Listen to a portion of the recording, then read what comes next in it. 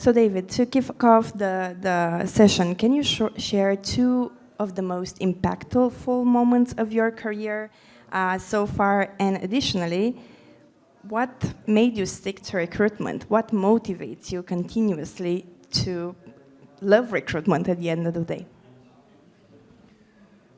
It's hard to choose just two. You know, I think the first one was really the beginning of it all. My first job in the company and my first job in recruitment was at Netscape. And at the time, I just wanted to work for Netscape because that was the most exciting company around. And so I was talking to them and I said, yeah, what can I do? And they said, well, you can do marketing. And I said, okay, great. And a couple of weeks later, there was no news, and they called back and said, look, the marketing job's gone, but we have a recruiting job. And I said, great. I just didn't care. I wanted to work at Netscape. So I became a recruiter because I wanted to work at Netscape. You know, the story unfolded from there. So that's a huge impact, right? Because that shaped the rest of my career. And then the second one is of course Google, which by the way came as a result of Netscape. I mean, everything is connected, right? I mean, I can bring it back even further to how all of this came to light. But I, you know, had a mentor at Netscape. Somebody that this woman knew was the staffing manager at Google, and she said, I'm looking for somebody in Europe. And my mentor from Netscape said, call me. And I got the job as the first recruiter for Google in Europe, and I couldn't have ever had a better opportunity, and I never will again, because there won't be another experience like that. So for sure. And you know, to be able to still have some kind of reputation as the first recruiter in Google, where I joined now just over 20 years ago and left 13 years ago, and this is still something that people want to talk about, it's very, very unique. I agree with you. So why recruiting and why for so long? Well, the easy answer could be because that's what I know how to do, and I think I do it pretty well. But you know, of course, in the beginning it was just to work at Netscape, but very quickly it became something about giving people amazing opportunities, giving people life-changing opportunities. And I've had the good fortune to work at companies where I believe I'm able to do that. And still for the past 13 years doing executive search, being able to offer people really, really exciting opportunity. And then once in a while, people come back to you and they actually say, thanks. You know, what you brought me to was amazing. And it wouldn't have happened if we didn't connect. And so that's kind of where the satisfaction comes from, and makes me want to keep doing that because I know I can make an impact and in some cases change people's lives. I agree. That's like the motivator for me as well. That thanks is like really, really precious. What qualities or attributes should early stage founders search in their first key members? And how does this criteria change over the years as the company scales? Yeah, so first and foremost, for lack of a better definition, culture fit. And probably the founders aren't even going to know what the culture really is or know how to describe it, but maybe they'll feel it. And no matter what, you want to bring in people who you feel have this kind of alignment with your own values. Okay, let's say that. Because the temptation is to take in someone who has great experience or is extremely intelligent, but you're not sure if you're going to get along with them. Right? So one great test that you can ask yourself if you're looking to hire someone in an early stage startup is, what would I feel like if I was stuck in an airport with this person overnight because our flight got canceled? Would I have a good time with this person, or would I be really dreading the fact that I have to sit next to this person or sleep on the floor next to this person at an airport? Besides that, I think there are two really important traits. One is adaptability. because everything's going to change. It's extremely rare that you bring in somebody to an early stage startup and their job stays the same after 6-12 months. So can they adapt, and are they open to adapting? And second, I think it relates probably to what Mata was saying earlier, resilience, right? It's going to be tough. And you got to be able to bounce back, to get back up when you fall down, and that's going to happen more than once. So, can people deal with adversity and come back stronger? What about when you're a scale-up already? I mean, you are at the Series C or actually D maybe, you have large teams. I presume the profile quite changes a bit. Yes and no. I would still adhere to those things. I think that at that point, hopefully the culture is much more well-defined, so you should be able to validate much easier if there is a culture fit. Here's where I guess I differ with the thoughts of most founders and leaders in these Series B, C, D startups. I would say in 95% of the cases, what I'm asked to do is find someone who's done exactly the journey that these founders think they're going to be on for the next 12 to 24 months, right? They want somebody who's been there, done that. So if you're a Series A startup, Series B startup, I want somebody who's gone on that journey from Series A to C, from Series B to D. I want somebody who's managed a team of 10 people and grew it to 50. I want somebody who's worked in enterprise SaaS. I want somebody who knows, my sector and has sold to my type of clients, right? Okay, fine. Everybody wants that, and maybe if you can find somebody like that, it's ideal. But the chances of you finding that person is actually small, because the person who has done exactly what you're planning to do, well, why do they even exist? Because hopefully you're doing something a little different. So I actually strongly advocate for what I call outliers. People who don't have the exact track record that you're looking for, but that they've been extremely successful in whatever they've done. Because that, to me, is an exceptional sign of people that can just pick up new stuff, learn it very, very fast, and still have great results. And those are the people that can bring something new to your company. Breath of fresh air, look at things very differently, as opposed to saying, well, this is how we did it at a very, very similar company, so this is exactly how we should do it here. Yeah, great. Questions?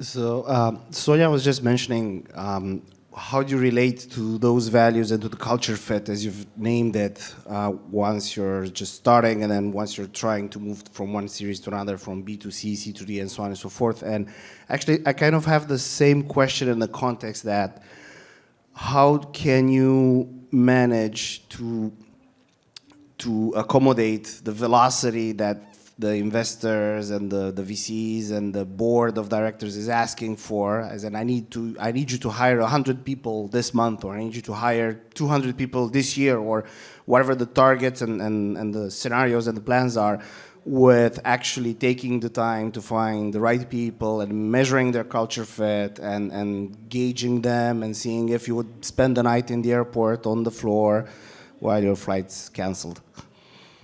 It's a very good question, and I'm not sure you're going to be happy with my answer. I'll give you two perspectives. One is the Google perspective. Under no circumstances would we ever hire for a role where the person wasn't the fit that we wanted, no matter how long it took. So I distinctly remember hiring for, in this case, I think it was somebody in marketing management in France. It took us over 1 year to fill the position, because that's how long it took to find the right person. Now you're going to say, well, we can't do that, right? We've got things to do. We need somebody in place. And the Google leadership response was, I don't care. I don't care. We're going to wait for the right person.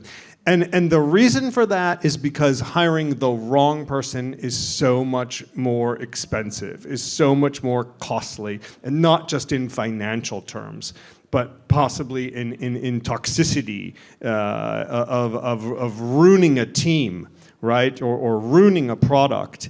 And taking a risk on that was just out of the question. And let me, add an example from the startup world, okay?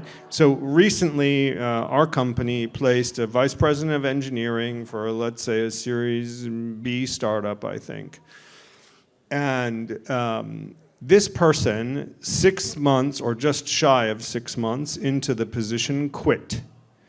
And the reason that the person quit was because he said, I'm bored, I don't have enough to do, the company moves too slow, and it's too cautious for me. I need to be in a place where I feel like I have to fight and work hard to get the results that we're going after. Like, we're going after something, it's difficult, but I'm gonna give it my all. This place is just way too slow for me. We should have known that before this guy got hired. That's a great example of a cultural mismatch, right? Think of the cost. This search in particular was very, very painful. It took 7 or 8 months to find the person. Why? Because the company didn't know what they wanted, which is the number one reason why it takes too long to hire. Company didn't know what they wanted. Then they bring the person in, and 6 months later, almost 6 months later, the person leaves, and now they're back to the beginning. So you're at 13 months since you started, and you have to start over again. Which do you want? Bring the right person in or get screwed down the line? This is the first perspective, the first answer. Well, no, I was just giving you the Google one and then what happened in the startup, right? I mean, they're both similar answers, but just, Google, you could argue with me that Google had many more resources. So if we don't have the marketing manager, is that really a big of a deal? Well, if you don't have the marketing manager for France, right, which is a relatively important country, you get slowed down, right? In the startup, you lose your VP engineering, who's the engineering leader in the company, you get slowed down. So you have to convince your board or your investors or whoever you're talking to that, look, we'd rather take the time that we need to get the right person in. There are ways to speed things up, right? There are ways to speed things up. By really figuring out what it is that you want in the very beginning. And I'm convinced most companies, startups as well, just don't take the time to figure out exactly what it is. Like, oh, we need this, right? Well, do you? And what is it that you really need?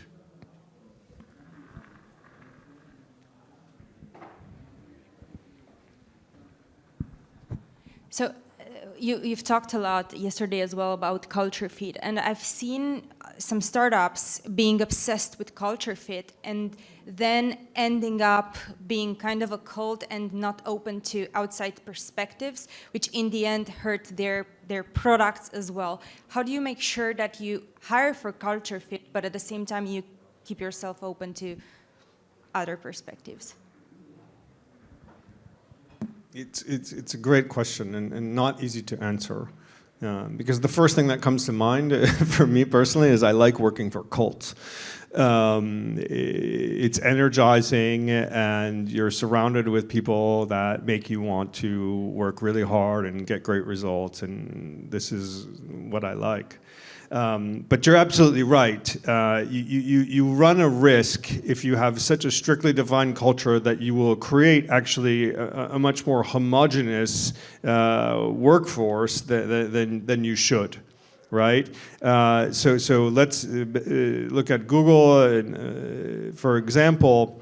While I was there, throughout the entire time that I was there, it was very, very, very important that everyone who was hired was deemed to be extremely smart, extremely intelligent. And the way that we would validate that is by which university they attended and did they get good grades or awards or whatever, which I never liked. I always hated it, but that was the way it was.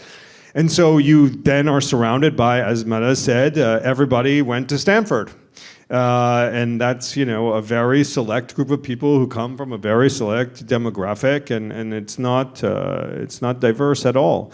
And on top of that, when you only hire A players or very smart people or whatever, they all have very high expectations about their development within the organization and how they want to grow. You can't promote everyone.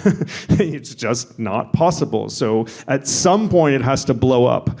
What amazed me, though, is that Google was able to go on for many, many, many, many, many years, probably because of enormous growth, without losing people. The turnover was extremely low for a very long time. What I think a lot of people have been talking about over the past 5 years, 6 years, and maybe more, is about bringing in people that add to the culture. Okay, so bringing in people who are a fit, but they also bring something different. They also bring something new, so that there are differing perspectives. And I think today it depends on the country or the region and how, let's say, modern you are in your hiring practices and how much you think about diversity and inclusion and these topics that are being talked about more and more and more and more and more, which is a very positive thing because it's all around, you know, bringing in a diverse group of people, but that are still aligned with going the right way, right? If you, I was doing a talk earlier today, and you know, Google, the way somebody described it to me today, which just, you know, was very, very easy for me to integrate immediately, was what we think about at Google all the time is respect the user, respect the opportunity, and respect each other, right? That's very easy to understand, except maybe for the second one, which I didn't get at first, respect the opportunity. It just means that Google has so many projects that touch millions, if not billions of people. So there's this huge opportunity to make an impact on a lot of people, and you need to respect that. I think that if you have your organization aligned with these three very clear, very easy to understand concepts, then you have culture fit, right? But you can do that in so many different ways with so many different people. So yeah, it's a double-edged thing. I personally love the cult feeling, but you're right, it can become too narrow if you don't bring in people who add value in different ways.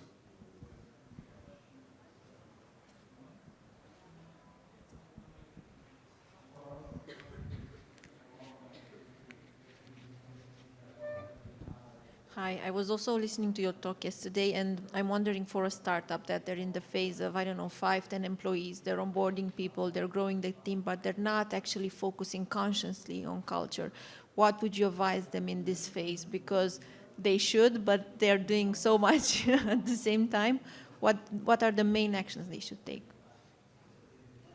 So this is normal and natural, right? I mean, most early stage startups with not very many people don't make an effort or focus on culture. It's just normal, and things happen, right? But the founders normally have some kind of idea or concept around what they're trying to build and the culture that they want, even if they don't think about it specifically. So the advice that I have is very, very simple. It's just you need to make a point of actually discussing it, right? It's like, okay, culture is important, we know that, so let's start talking about it.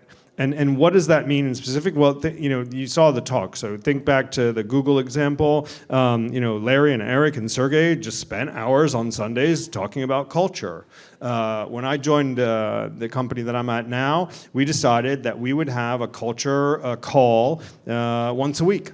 So once a week, there's a culture call. It lasted an hour, and anybody could come, right? And most people did. Most people tried to make an effort. And we were, at the beginning of that project, you know, 16 people, 17 people. So not a lot, right? The cool thing about when you're small is that you can get everybody involved. It's much, much harder as you grow to then have culture calls with tons of people on it. You have to then set up a culture group or committee or whatever you call it. So just starting those talks, and you don't even need necessarily, you know, I was facilitating that, and I have some experience, so, you know, I had certain things that I want to achieve, but I think, you know, the question is who do we want to be? right? Who do we want to be? What do we want? What do we want it to feel like to work here? And what does that mean, right? You don't need a lot of structure to start those discussions. It's just more of a matter of, how do we want to be seen by our people, right? And what makes people want to get up and work here every day? Anyone else?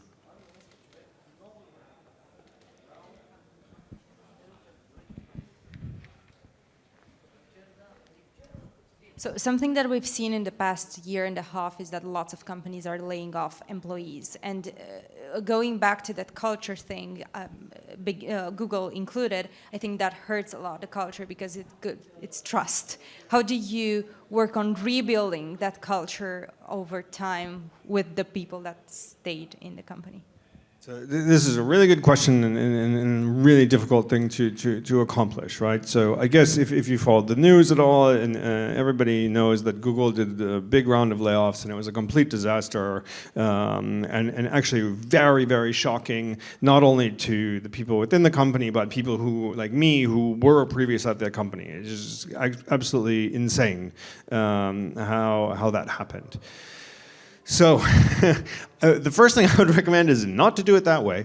But I've gone through layoffs in multiple companies, right? And there's no real easy way to do it.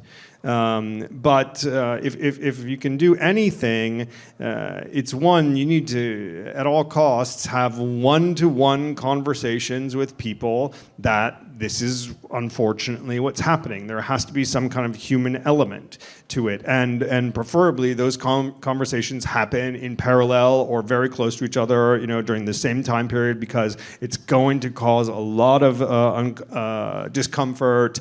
People are going to be very upset, whatever. Then you have to immediately gather the people that are remaining to kind of rally the troops. And you need to be very, very honest and transparent with people and say, look, this is why we had to do this. Because if you don't deliver a message immediately after doing any type of layoffs, people will make up their own reasons for why it happened, and they'll probably be different from what the real reasons were, right? Even if Google was totally incapable of communicating to people in a humane way, they should have probably told everybody immediately after it was done why the hell they were incapable of doing it, right?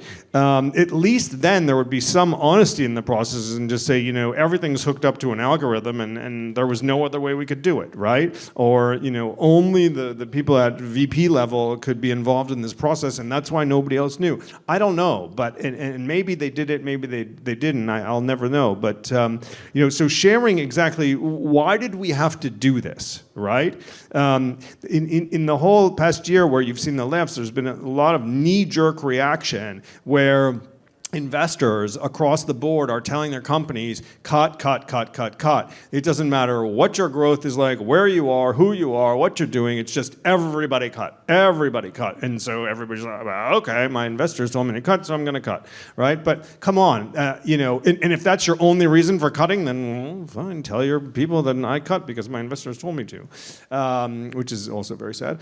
But that's the thing, right? So tell your people what's going on, and then, give your managers the support they need to be able to then bring those people back in and say, okay, we're now a smaller team, right? So how are we going to move through these next 3, 6, 12 months as a smaller team? How are we going to, cover the work that is still required with less people, and make people feel like they're in it together, and that if they work together and they're strongly committed to each other, that they're going to be able to pull through it. And I think, unfortunately, what happens many times is just people let it go, and it becomes a big mess, and people are disenchanted. Because the biggest risk that companies run after doing layoffs is continuing to lose even more people, right? Because you better believe that when a layoff is announced, or someone like me knows a layoff is coming, we're going in right away, and we're not going after necessarily the people who got laid off. We're going after the people who are still in place, because theoretically they're more valuable, right? And theoretically they're disenchanted. So it makes it easier sometimes to get them. What should founders be mindful of when they hire internationally? Because with remote work, on-site teams, and so on, it's pretty hectic out there. Yeah, I mean, we could talk for ages about that. I think that with remote and international and everything, it's even more important to have very robust hiring process to be able to really understand what experience somebody is bringing to the table. And again, I fear that people aren't getting enough information on both sides, right? So you go through your interview process, whatever that is. I mean, how many people in this room can put up their hands and say, our interview process is really rock solid, where each person is probing in different areas according to the most important competencies that we require in the company, in the team, et cetera, et cetera. And at the end of the interview process, we're damn sure that this person is, a great fit and is going to be successful. I would guess it's a very small number, because most people, unfortunately, don't know how to interview and don't do anything to rectify that. It's just, this feels good, I like you, we're going to work together, let's go. The problem is exacerbated by the fact that now people aren't meeting each other, right? And I'm still kind of old school, even though now I work very much virtually and never see people, but I need to meet people. Like, if I'm going to work with somebody very closely on a project or as an employer or whatever, like, I'm very, very surprised that people don't meet each other, especially for senior roles, right? I mean, if you're saying hiring internationally, so you're going to go hire your first sales leader in the U.S. or in another country. I mean, this is a massively important role, and you're going to do that over a VC. I mean, come on. So I think that it's really, really important to one, know what you want, but also to spend some time. And don't forget, the candidate themselves should be given as much information as possible and as much opportunity as possible to really understand what they're getting into. Because you want them to be able to self-select in just as much as you want to choose the right person for the company. Because if you convince that person or don't give them the full story of what they're getting into, they might make their decision based on false hopes or false facts, and then they won't like it, and then they leave, and you're back to the beginning. We have time for one more question. Okay, then I'll ask it. How can early-stage startups stand out among other companies that offer similar perks, benefits, impact, and so on and so on? And what should they focus on when they are pitching to their candidates? Yeah, so early stage startups most of the time are at somewhat of a disadvantage because nobody knows them. They don't have brand, they don't have recognition, and on, right? I mean, it's funny in a sense if you think about it. People think or thought, I don't know, that any recruiter from Google must be really great and we would love to have a Google recruiter work for us. Well, let me tell you a secret. It's really easy when you call somebody and say, hi, I'm David from Google, to get them to talk to you, okay? It's much harder when you call from a small startup and say, hi, I'm David from XYZ startup, and they, huh, what? They don't even pick up the phone, right? So it's very, very complicated. So there's a couple of things, okay? One of the things that I see that I'm extremely attracted to in terms of startups that I work with is when I look at the people who are in the company, right? Now, you either have this or you don't, or hopefully you're trying to build it, but it's so much easier to sell a startup by being able to say with 100% confidence, the leadership team in this company is phenomenal.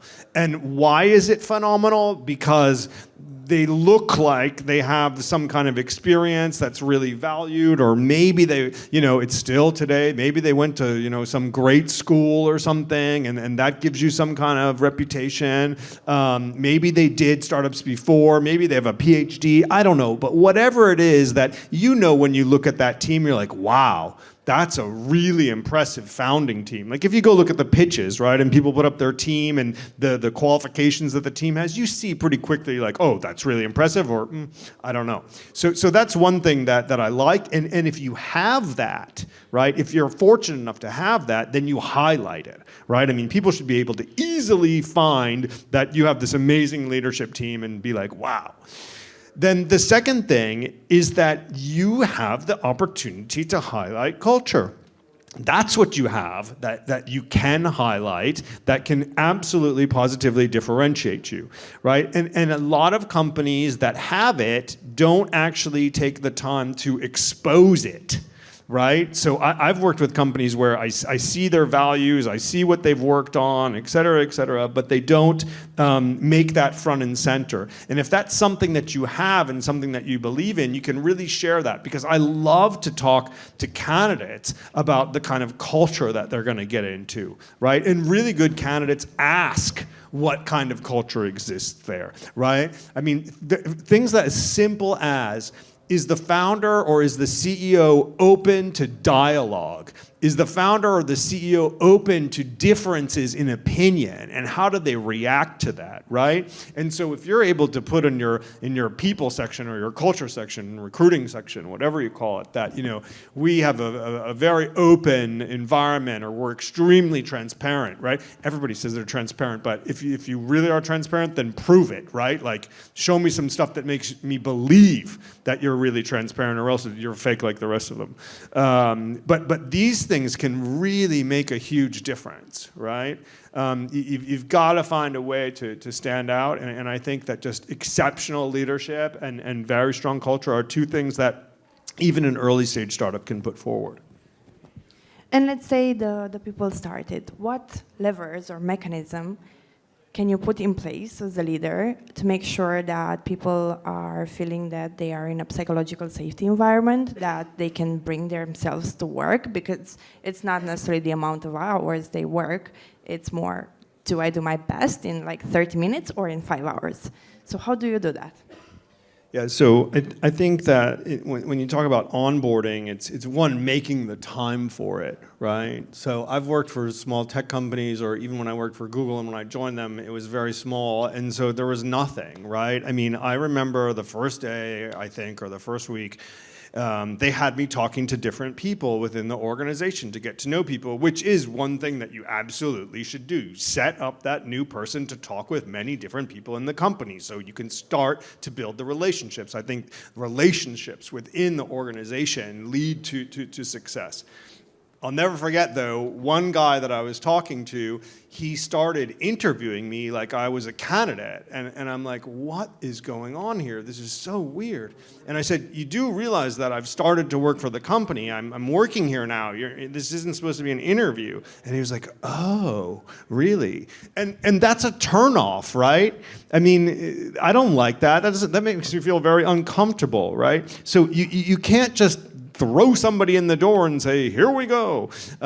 You need to structure how you bring those people on board. You need to make sure that they have the information and the resources at their disposal, and then you have to help them create those relationships. Because some people you bring in will be very extroverted and will go around and make their own friends, or make their own, meet their colleagues. And some people are uncomfortable with that and need help. You have to help them build those initial bridges, and you have to give them all the information possible so that they can do their job, right? So put some time into thinking about that. And if you're all working in early stage startups, you obviously don't have a lot of resources. You can't put a lot of time into it, but certainly you can create like a half-day session, right? A half day where they're going to meet all kinds of different people. They're going to be exposed to how, the engineering process works, or how the sales process works, or whatever it is, and make them feel comfortable, set them up for success. The more that you can do to set up that individual for success, the more likely they're going to be successful. If you rely on them figuring it out on their own, you're taking a big chance.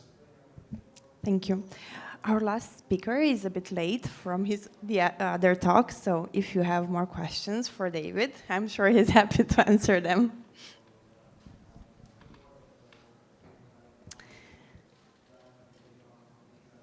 David, tell me please, well, I have questions. What about leadership? I mean, we've talked about the first people in the team. What's the difference between a leader in a Series A or even early stage pre-seed to a leader in Series D, E startups? Like, what's their, besides culture fit, what do they have to have? And what are normally employers search for?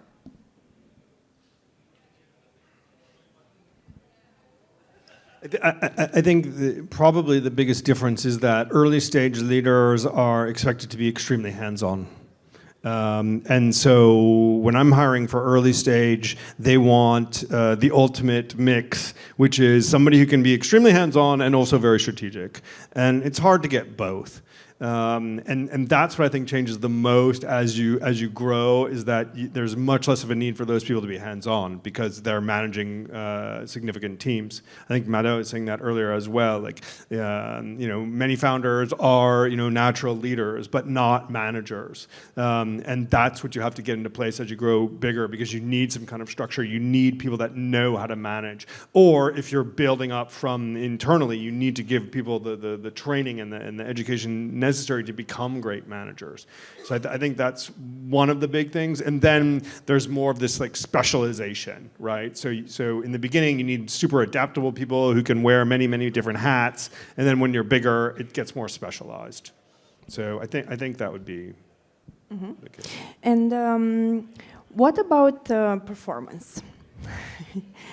I mean, it's a very hard topic for most of the companies. They have like yearly, potentially, iterations and variation of how it's done.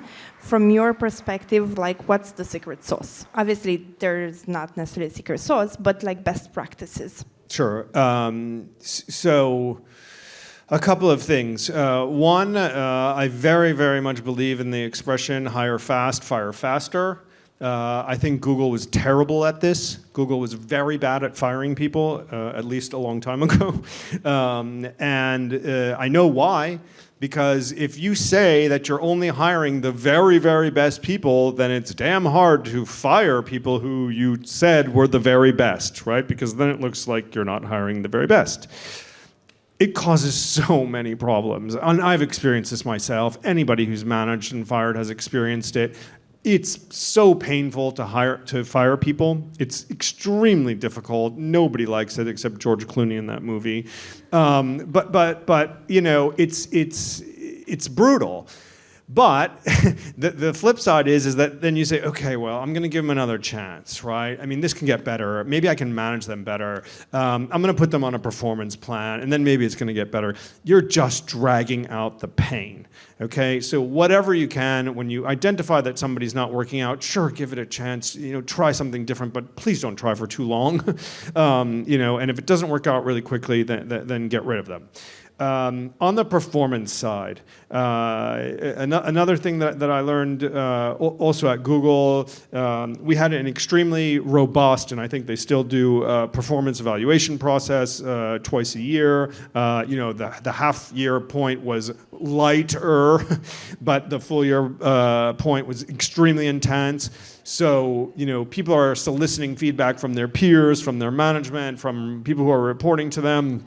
You get tons and tons of people writing tons and tons of stuff, and then the manager goes through all that stuff and writes their evaluation, and then you go and you have your performance review with your employee. I put massive amounts of time into it, massive, because I believed that it was a good process and that people deserve to get feedback. And I'll never forget, I was doing a performance review with someone, and the woman starts crying, and I'm like, oh my God, what's happening here? And she's like, you could have told me this like 6 months ago instead of waiting for the performance review. And she was 100% right. And this is the downside of annual or biannual performance reviews, is that the tendency is, well, that's when the review takes place, so I'll just save it all up and smash it all on you. And it's brutal, okay? And I think there's been progress made in this area. I mean, everyone who does culture work with software, which is not what I do. I do it much more qualitatively. But everyone who does it with software, it's all about pulse checks now. It's all about frequency of feedback. And I think this is a much, much better idea, right? And actually, your performance review should be in your one-to-one, right? It's like every week or at most every other week, you're having the one-to-one, you're going over what's going on, what's happened, what's going to happen. Feedback is constant, and I really believe that's the way to do it. And then sure, you can have more of a deep performance process, whenever you want, twice a year, once a year, whatever, but at least it all kind of syncs up because you've been doing it consistently throughout the year. It's important. People want to know how they're performing and they want to do better, especially if you're in companies where performance is tied to bonus and things like that, right? I want to know how I can get a big fat bonus, right? So don't tell me 6 months later. Tell me what I should do right now. Yeah, I think it's also setting expectations from the beginning. Like, we're mature people. If you have something to tell me that it doesn't work, I'll take the feedback, I'll integrate it, and then move forward. Again, don't expect 6 months to do that. What about those top performers who are really, really good at their job, but I wouldn't say they suck as a person, as a team player? What do you do with them, especially in a startup? So you need them, they are very good, but they are not team players and sometimes ruin the other team culture. You have to get rid of them. Because if you have toxic people in your environment, nothing is going to outweigh what they bring to the table. So even though they're the best engineer or the best sales guy or whatever, they're toxic and they're going to make other people upset.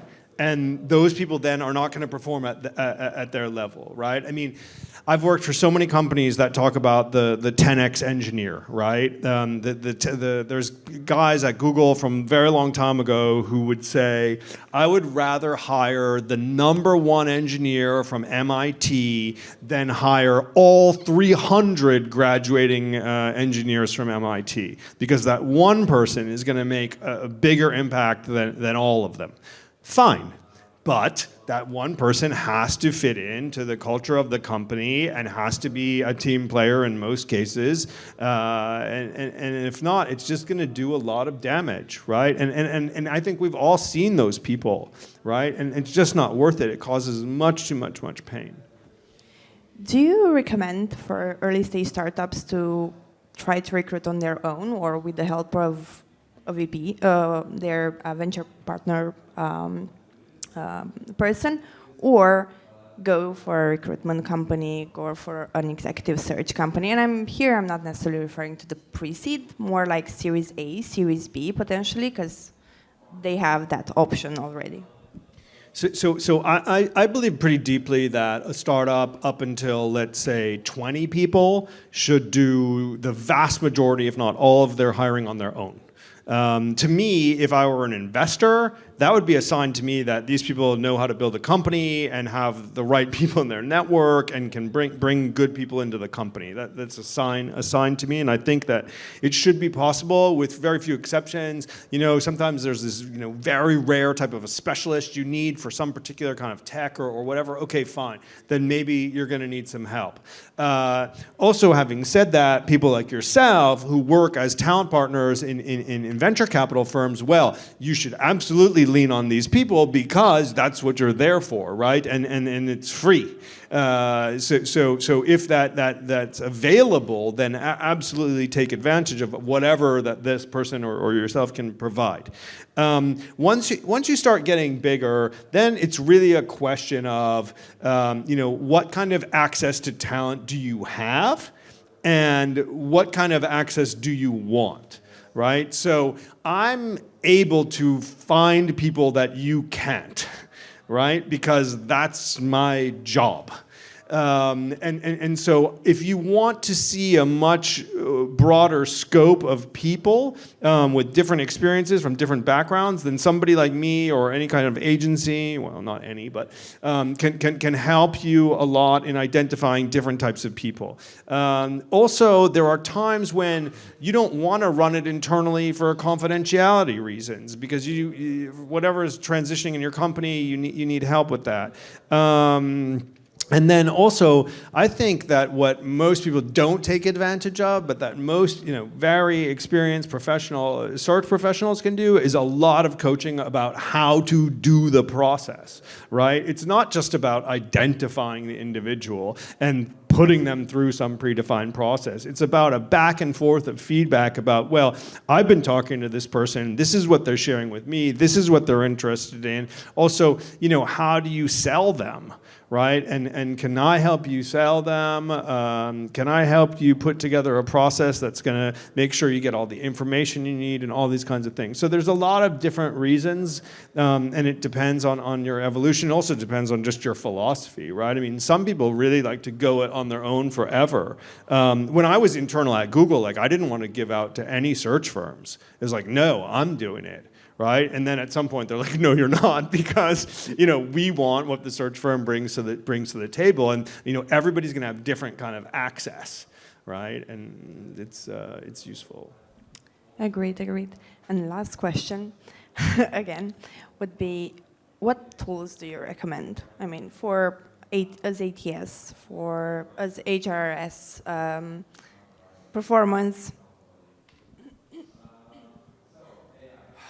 That's a super hard question, right? So when it comes to ATS, the best tools that I've used are tools that were built internally. That goes for, all the companies that I worked with, except not Netscape, because that was Excel and crap, right? Because there weren't any tools. So, I've worked with a number of different ATS systems just as an external provider, and people ask me to use their system. So I've worked with Lever, I've worked with Greenhouse, I've worked with Workable, I've worked with Ashby. I mean, every day there's a new one, right? You need to decide what tool to use based on your needs, right?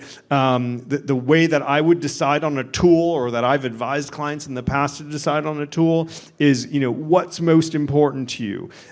Is the database important? Being able to find somebody in that database.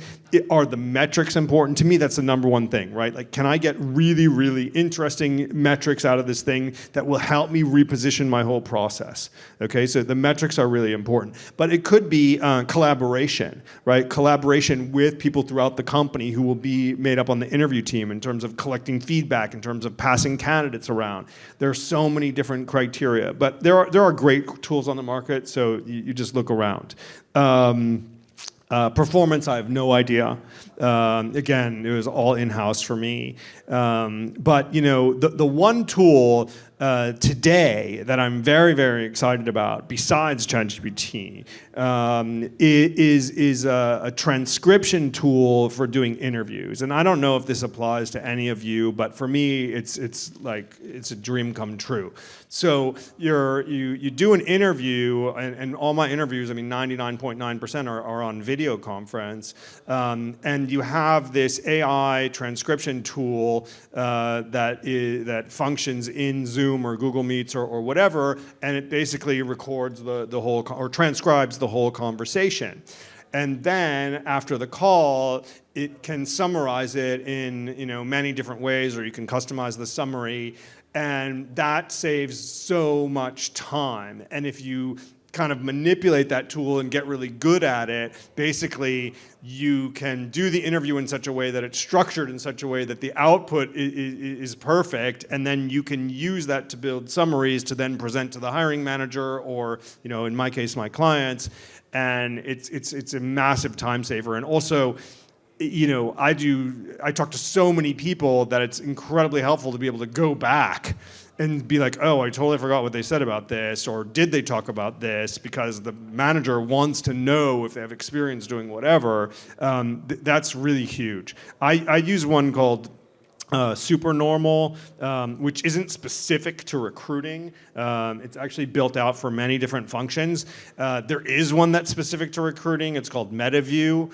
There are many of them on the market. Some of my colleagues use a thing called Tactic, but I think those things and you could use it in any function, right? Recording team meetings and then getting the summary of that team meeting, sending out. I think it's beautiful, like really beautiful. I also use Fathom, which is free, super easy to use, video quality is super good, even for sometimes recording like things and posting them online afterwards.